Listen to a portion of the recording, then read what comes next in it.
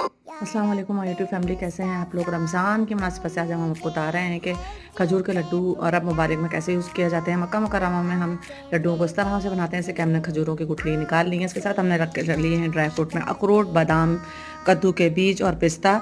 इसके साथ लिया है तिल और खोपरा। तो हम सब को इस तरह से दरदरा सा पीस लेंगे और यानी चॉप कर लेंगे।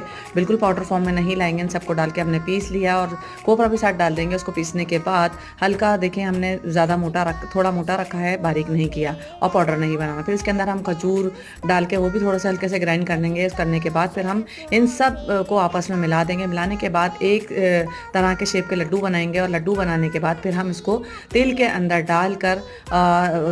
डालकर इस तरह से इसके लड्डू बना लेंगे। ये देखिए हमारे लड्डू तैयार हैं और रोज़ा खोलने के लिए आप रोज़े के टाइम पर खाएं और बच्चों को ज़रूर दें। अपना बहुत ख्याल रखिएगा। फुल वीडियो देखने के लिए मक्का लाइव चैनल को कीजिए सब्सक्राइब।